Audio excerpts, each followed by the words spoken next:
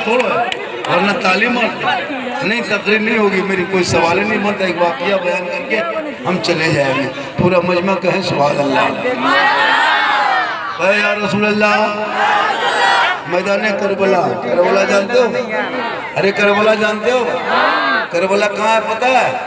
नेपाल में। कहाँ है? देख ली? नेपाल में। मेरे दोस्त कम से कम इतना तो सुनो, कितना तो सीखो।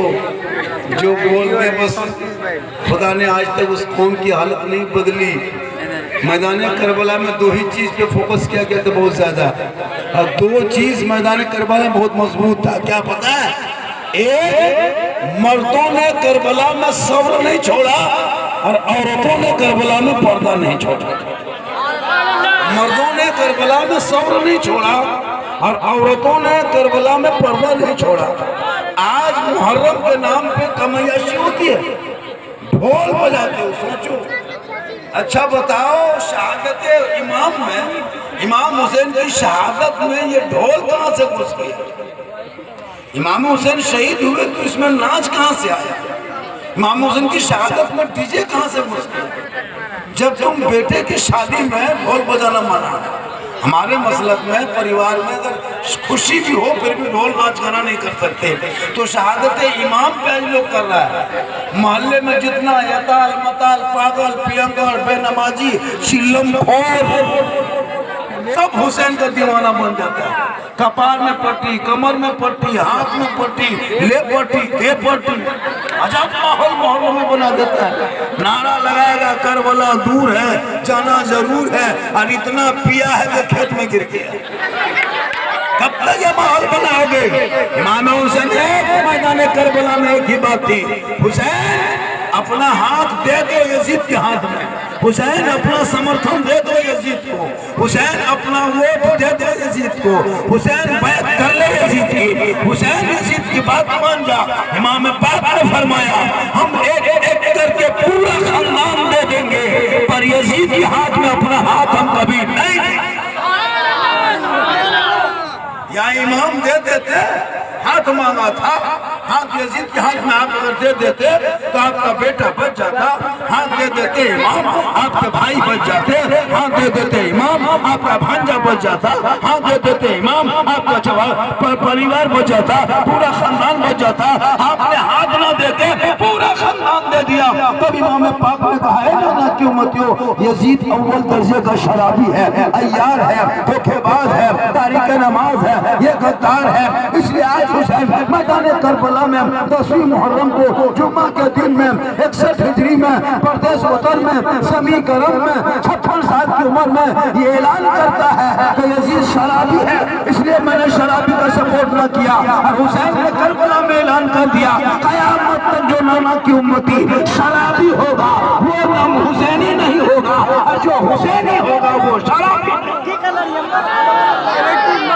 अब सोचो, मेरे इमाम का फैसला है कि शराबी कयामत में हुसैनी नहीं बन सकता, और जो पक्का हुसैनी होगा वो शराब नहीं पी सकता। तेरा बेटा खेत में बैठ के चीफलम फूकता, गांजा फूकता, बाबा पी के घर घुसता है, बेटा पबजी में पागल है, बेटी इंस्टाग्राम में पागल है, बीवी चुगली में पागल है, बाबाओं में लड़ाने में पागल है, और पूरा परिवार तबाह है। और मौलाना इस्लाम खतरे में है। खतरे में इस्लाम नहीं, खतरे में तेरा घर है। 18 साल का लड़का मोबाइल, 12 साल में फ्री फायर, 13 साल में यूट्यूब, 15 साल में इंस्टाग्राम, 16 साल में दीवाना, 18 साल में मजनू, 19 साल में घर से बाहर, 19 साल में घर से बाहर, सब हाल में सो रहा है। लड़का लोग जवान जवान मोड़ में घूम रहा है। अजब माहौल बनाया, सोना नहीं, पढ़ना नहीं, स्कूल को जाना नहीं, मकतब में हालत नहीं। उसको क्या मतलब है कि हमको सुबह उठना है, कॉलेज जाना है, नीट की तैयारी करना, IAS की तैयारी करना, IPS की तैयारी करना है, परीक्षा देना। उसको पढ़ेगा तब न 12 बजे रात का कान में हेडफोन लगा के माथा हिला के गाना गुनगुना रहा है, पर दिल दिया है जान भी देंगे। ये दिल है, टीन है रे। दीन है कबाड़ा है तेरा, जहाँ तहाँ दिल मत दो, जिनको रब ने बनाया सबको मत दो, दिल देना है प्यारे आका जनाबे मोहम्मद रसूलुल्लाह को दे दो, सर झुकाना है परवरदिगार की बारगाह में झुका दो, तब जीने का मजा दे। तेरा बेटा रात को जल्दी सोएगा, सुबह जल्दी उठेगा, कुरान को पढ़ेगा, मदरसे में जाएगा, रहल को निकालेगा, बेटा कुरान खोलेगा, रहमान और रहीम बोलेगा, वो बेटा भी बख्शा जाएगा, माँ बाप भी बख्शा। इसलिए पढ़ाई बहुत जरूरी है। आज मोबाइल, लड़का अलग मोबाइल में पागल, लड़की भी मोबाइल में पागल, लड़कियां भी मोबाइल लेने घूम रही है।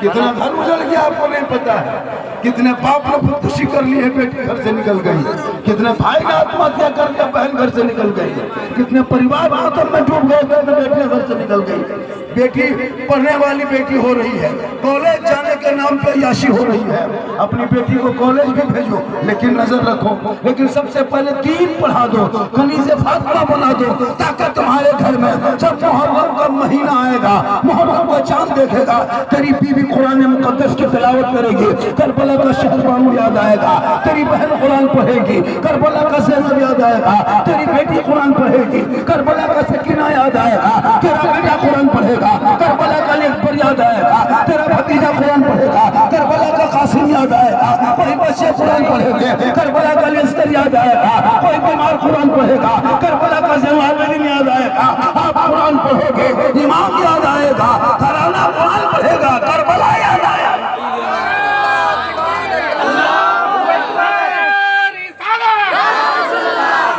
इसलिए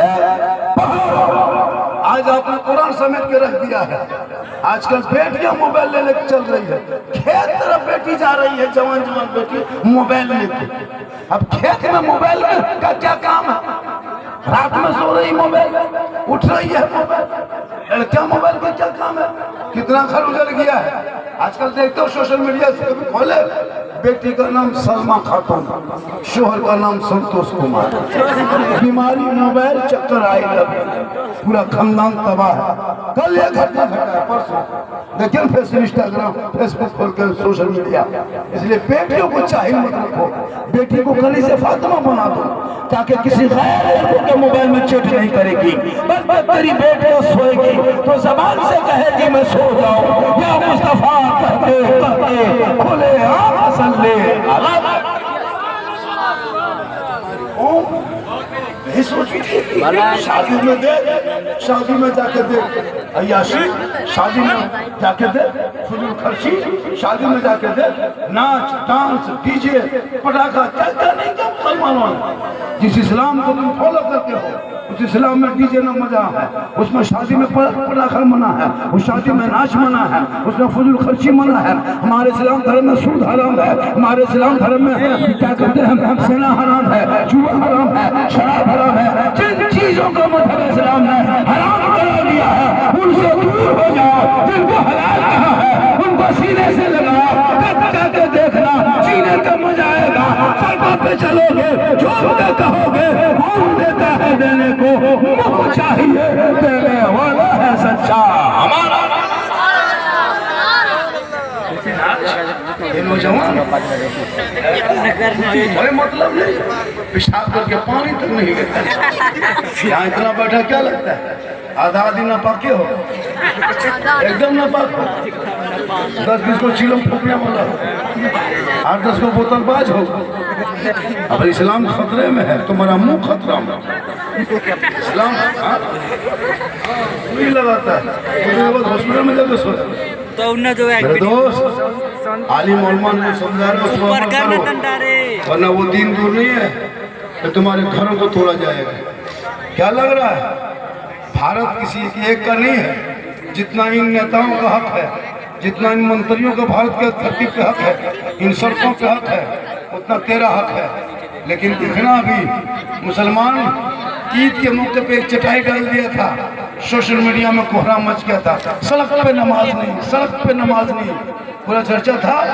लेकिन इसी भारत में सावन शुरू हो गया है, बरसात, कांवड़ यात्रा निकलेगा, रोड को जाम कर देगा, जाम, गाड़ियां रुक जाती है, सड़कों पे 1 महीना तांडव होता है कि नहीं पूरे इलाके में। लेकिन याद रखना